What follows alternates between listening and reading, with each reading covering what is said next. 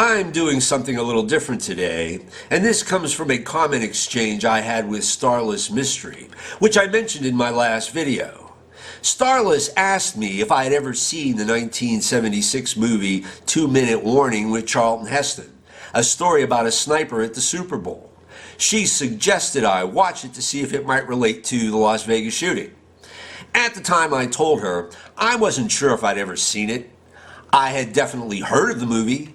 It's possible I'd seen it in a theater back in 1976 or maybe later on TV.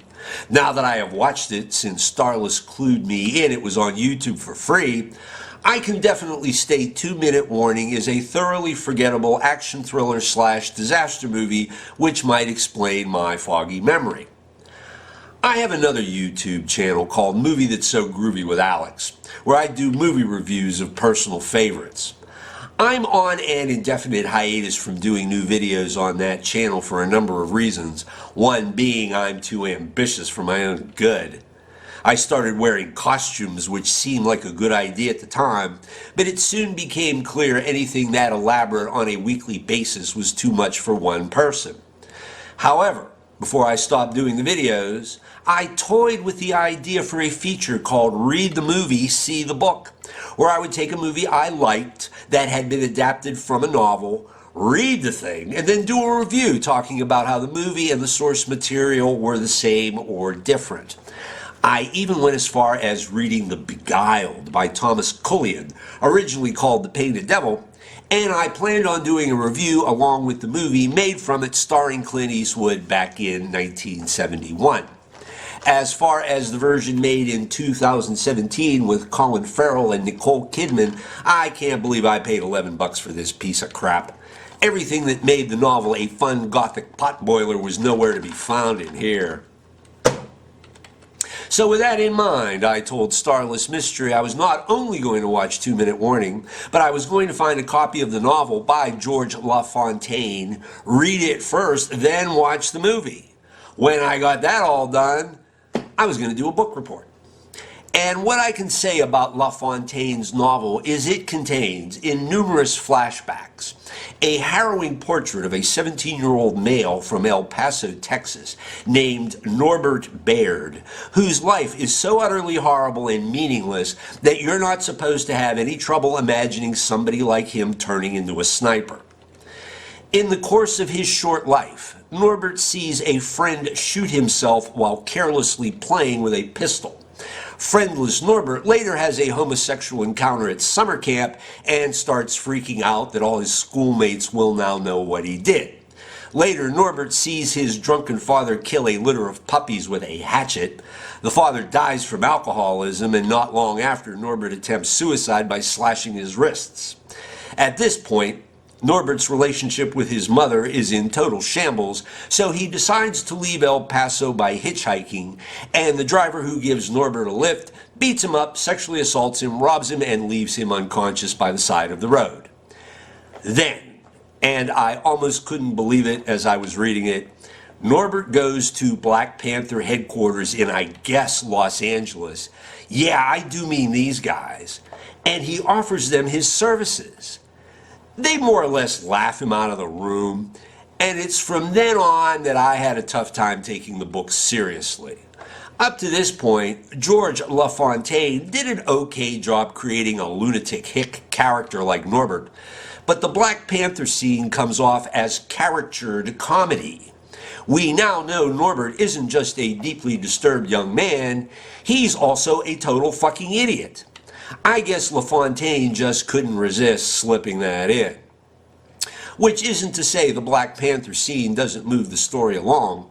In order to show those militants his worth, Norbert decides he's going to assassinate the President of the United States, who Norbert believes will put in an appearance at the Super Bowl. That's how we get Norbert with a rifle on the roof of the flag tower of the Los Angeles Memorial Coliseum. Phil Post, an assistant television director in the control room, is the first to see Norbert when a camera on the hovering blimp puts a shot of Norbert on the monitor. Post then gets word to the stadium security chief to get up to the control room, and from then on we get to watch the police and SWAT team's preparations for taking a shot at Norbert. Even though the book and movie share the same basic premise of a sniper looking down on 90,000 football fans, when it comes to comparing the two, with a couple of exceptions, it's as if all the characters in the novel got up and left and were replaced in the movie by a whole new set of characters. Even the sniper in the movie is a different person, called Cook, when he's finally identified. And that's all we ever find out about him. In the movie, he's basically a nobody with a rifle. So on balance, I would say the book is better than the movie, even though better is a relative term here.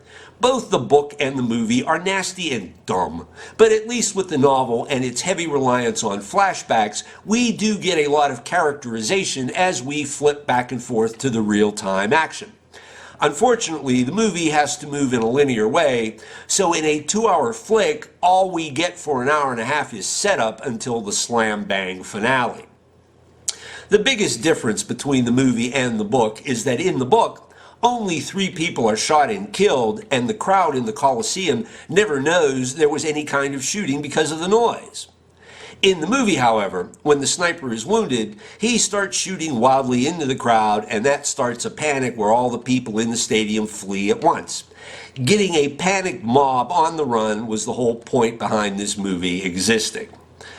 I have to say this about the movie. The whole sequence at the end with the crowd in a panic was unpleasant to watch. I've seen too many body-worn camera videos and cell phone videos of the Route 91 Harvest Festival to find something like the end of 2-minute warning entertaining.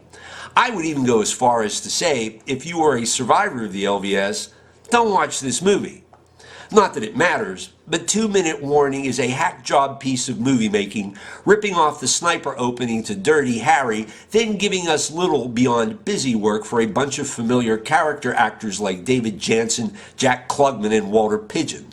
Let's just say I watched it so you don't have to.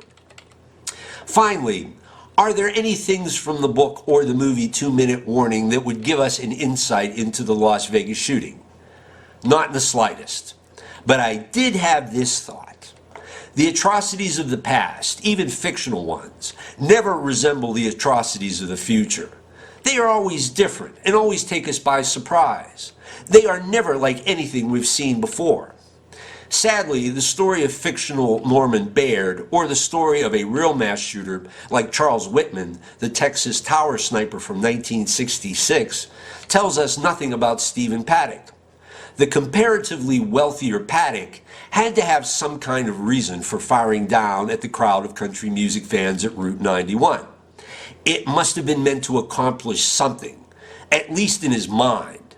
But what?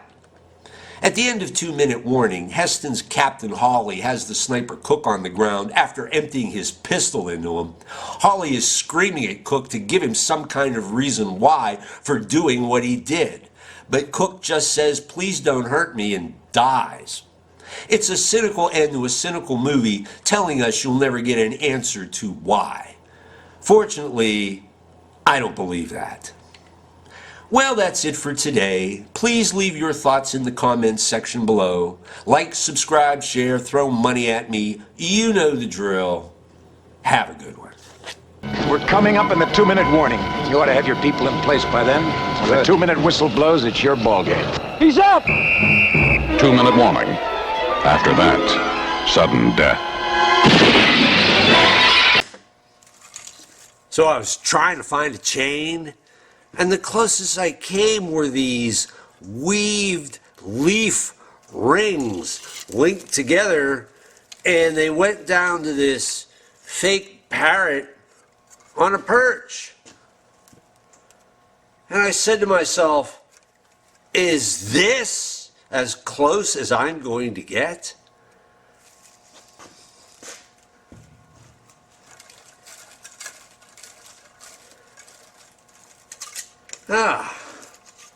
Oh good, his head didn't fly off this time. Yeah, the head actually comes off.